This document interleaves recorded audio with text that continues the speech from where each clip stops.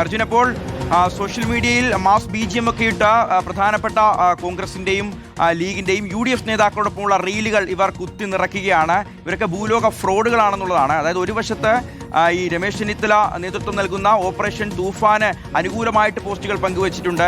ഈ ലഹരിക്കെതിരായിട്ടുള്ള പോരാട്ടം നടത്തുന്നുവെന്ന് ഭാവിക്കുന്നുണ്ട്. പക്ഷേ ഇവരുടെയൊക്കെ കപടമുഖം യഥാർത്ഥ MDMA കച്ചവടക്കാരാണ്, ലഹരി മാഫിയയുടെ ഭാഗമാണ്. അതിനുപയോഗിക്കുന്നത് ഈ ഉന്നത ബന്ധങ്ങളാണ്. ഒരുപക്ഷെ നേതാക്കൾ ഇതൊന്നും അറിയുന്നുണ്ടാവില്ല. പക്ഷേ എങ്കിൽ പോലും ഇത്തരത്തിൽ പുറത്തു വരുന്ന വാർത്തകൾ ഈ കോൺഗ്രസിനെയും ആ പാർട്ടിയെയും ഈ നേതാക്കളെയും മുഖ്യമന്ത്രിയുടെ ഓഫീസിനെ അടക്കം പ്രതിരോധത്തിലാക്കുന്നുണ്ട്, അല്ലേ അർജുൻ?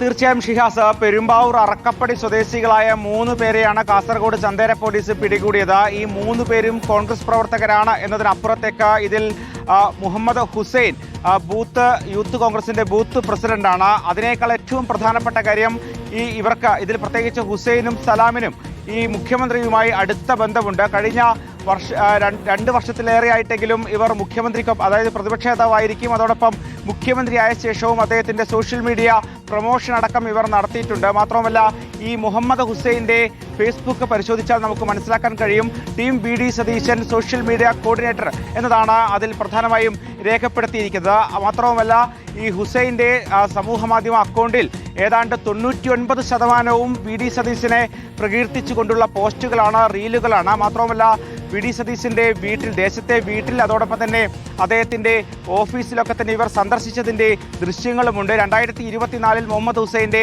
അറക്കപ്പടിയിലുള്ള വീട്ടിൽ പ്രതിപക്ഷ നേതാവായിരിക്കെ BD സതീശൻ എത്തിയതിൻ്റെ ദൃശ്യങ്ങളുമുണ്ട്. അത്തരത്തിൽ വളരെ അടുത്ത ബന്ധമാണ് ഇവർ തമ്മിൽ പുലർത്തുന്നത്. മാത്രവുമല്ല നിയമസഭാ തിരഞ്ഞെടുപ്പ് ഫലം വന്നതിന് പിന്നാലെ 2 ദിവസങ്ങൾക്കുള്ളിൽ തന്നെ BD സതീശൻ്റെ ദേശത്തെ വീട്ടിലേക്ക് എത്തുകയും അവിടെ നിന്ന് അഭിനന്ദനം അറിയിക്കുകയും അഭിവാദ്യം അർപ്പിക്കുകയും ചെയ്തതിൻ്റെ ദൃശ്യങ്ങളുമുണ്ട്. എന്തായാലും അവർ സ്വയം വിശേഷിപ്പിക്കുന്നത് team BD Satheesan social media coordinator എന്നതാണ്.